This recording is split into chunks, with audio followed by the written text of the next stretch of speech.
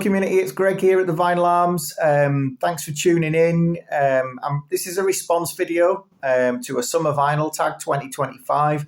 It was set up and running by a guy's channel called Martin Martian Vinyl. I didn't know about Martin or his channel. I got copied in on this thread by Rob Walker. So I guess that's one of the great things about these vinyl tags, is finding out about people you might not ordinarily know about.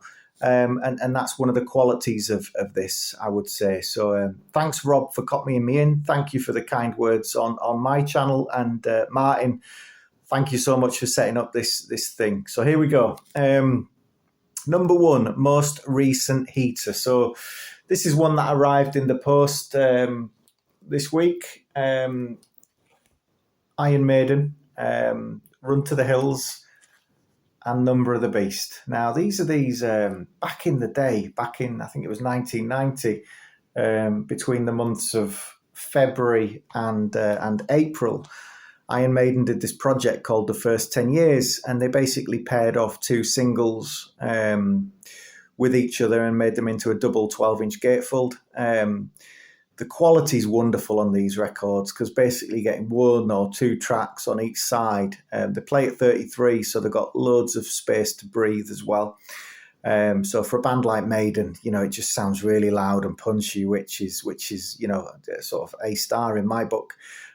What's also really nice about these is Nico, Nico McBrain, the drummer. He does sort of a very humorous kind of 7-8 minute chat at the end of each one, just talking about how they're recording, the song or Tales from the Road or whatever. And there's some great stories, some little nuggets that come out about the history of Iron Maiden and the band. So for that alone, it's worth the entry fee. But what's special about this for me is there was 10 of these released within that 2-month period. I did collect a few of them back in the day. I'd have been 13, 14 at that point. And since then, I got rid of them all. So about four years ago, I kind of made it a mission to get back the 10, back in the collection. And this is my 10th one. So this is IRN4. This is the 4th in the series. And I'm so pleased to have this to complete that first 10-year set. So there we go. Bingo. Number 2, Melt Your Face Off. So I'm interpreting this sort of question as something that's pretty full on, in terms of its listening. And for me, this band hit the spot every time.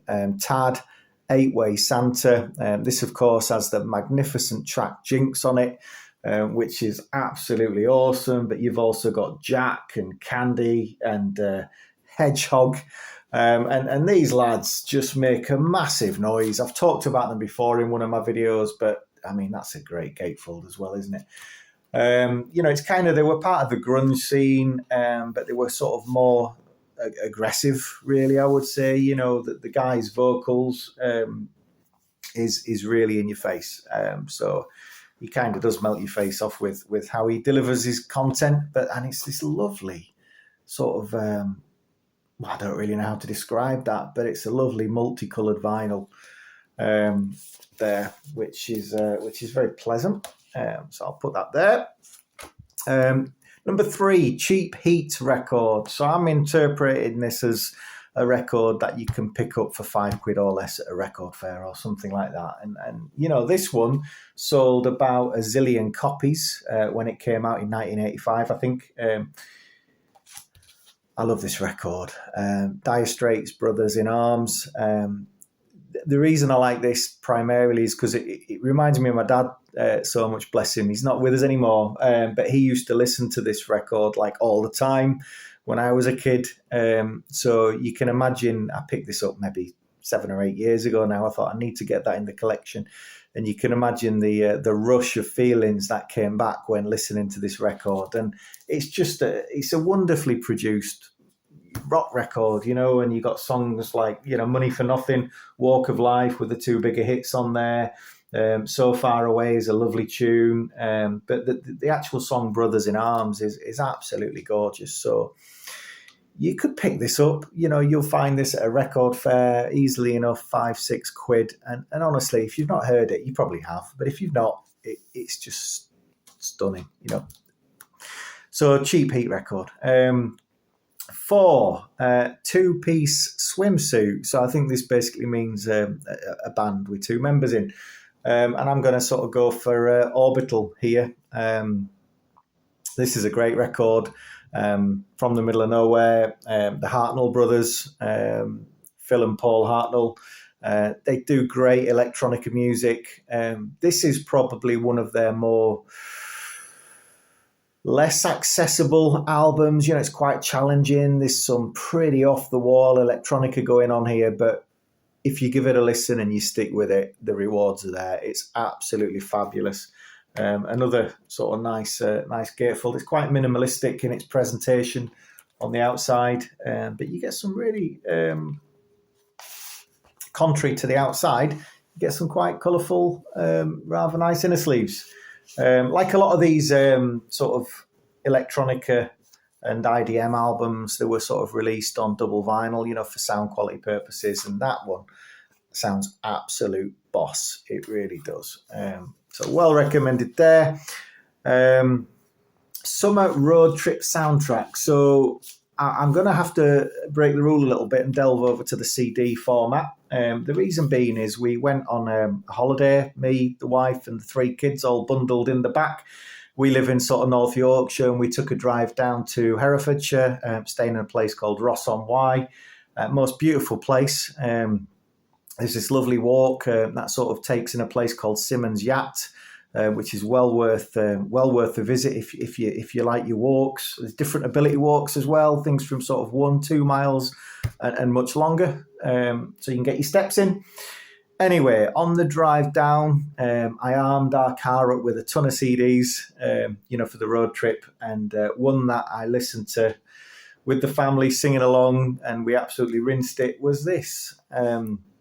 And it's a 2-tone compilation called This Are 2-Tone, and it's absolutely brilliant. You've got the specials on there, you've got Madness, the Selector, I do like the Selector, a couple of Selector tracks on here. You've got Too Much Pressure and the Selector, which is a great tune.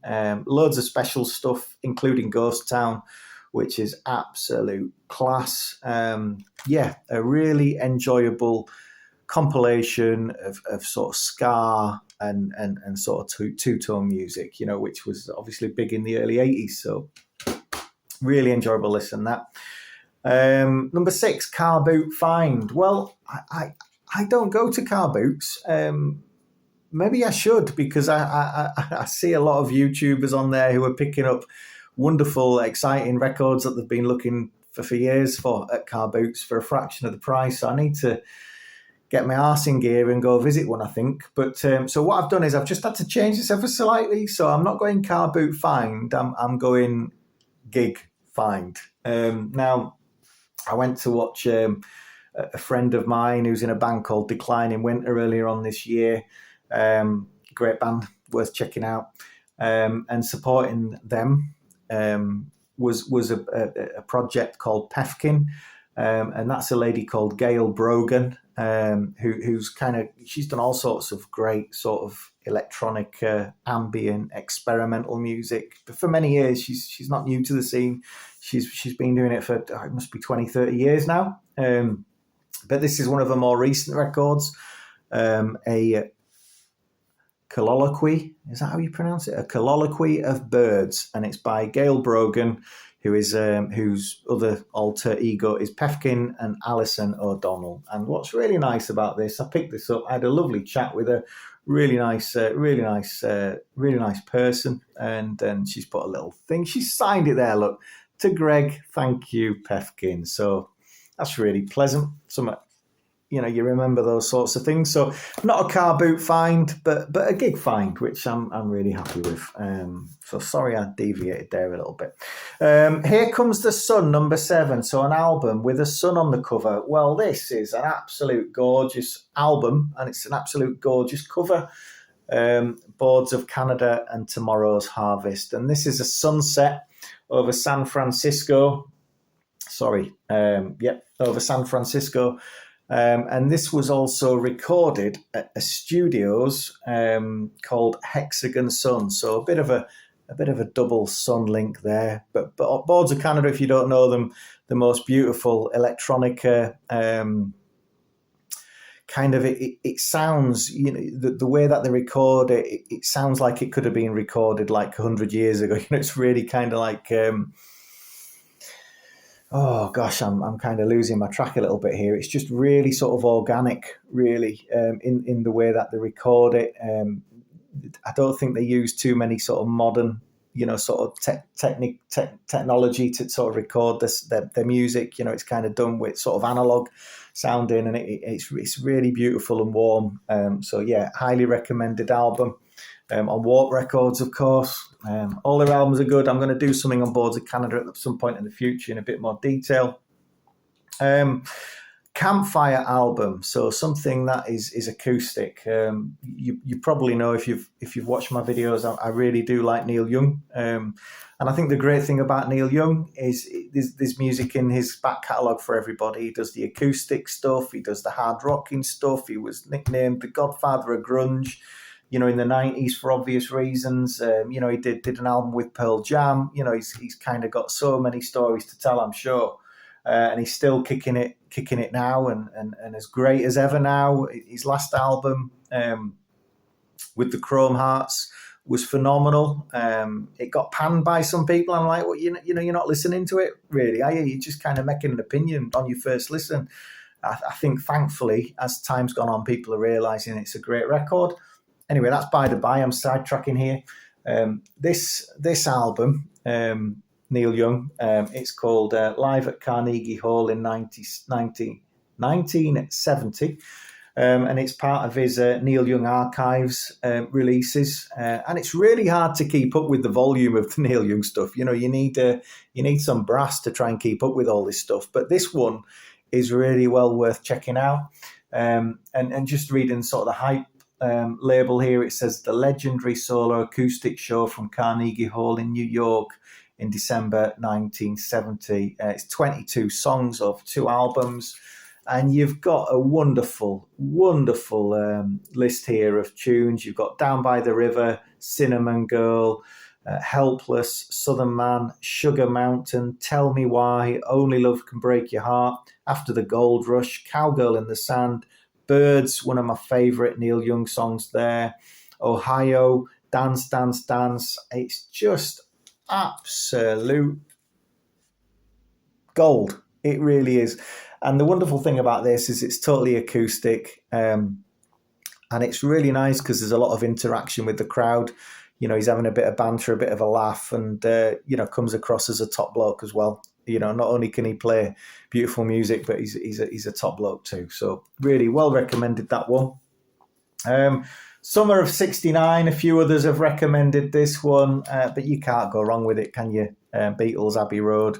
Absolutely love this. It's got another sun link as well, of course, with Here Comes the Sun on it. But I Want You, She's So Heavy. The first time I heard that, I was like, whoa, this is just amazing. It's like some sort of proto metal kind of like sort of sludgy kind of thing. It was well ahead of its time, really, in terms of sort of, that sort of rock, that hard rock sound. But so many beautiful songs, including Come Together. I'm quite a fan of Octopus's Garden. I like anything that Ringo is involved with, and I think he wrote that one. But a wonderful, wonderful record, and very iconic, I would say, for 1969. Perfect Summer Bod. So the perfect album from start to finish. Well, I love this soundtrack. It makes me feel happy. So much nostalgia, from the film as well. It was a great film. And what I really love about this soundtrack album is the sort of the snippets of the film as well. You've kind of got a song and then some bit of the film in there, and then another song, and then another sort of bit of the film in there. And of course, it's the classic Pulp Fiction, the Tarantino film from must have been the early 90s now. 91. But in terms of actual tunes, you've got Jungle Boogie from Kool and the Gang, Let's Stay Together from Al Green. I mean, that is just a beautiful song.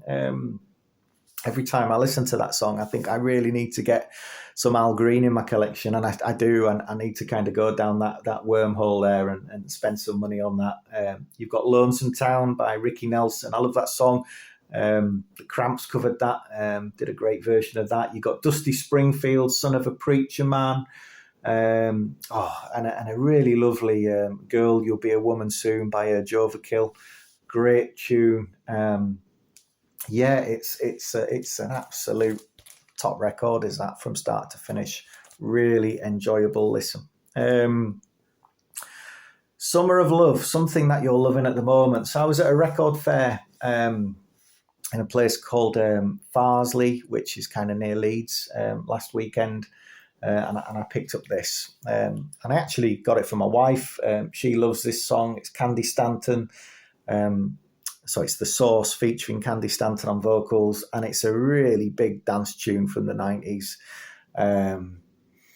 It's actually, the history of it starts a little bit before this. A guy called Frankie Knuckles, who was big in the Chicago sort of dance scene, he kind of developed this tune, and then these guys kind of latched onto it and kind of made something else into it, and it's absolutely wonderful. And on here you get two tracks. You get the Aaron's bootleg mix and the Morning Time mix, and they're both absolutely massive songs.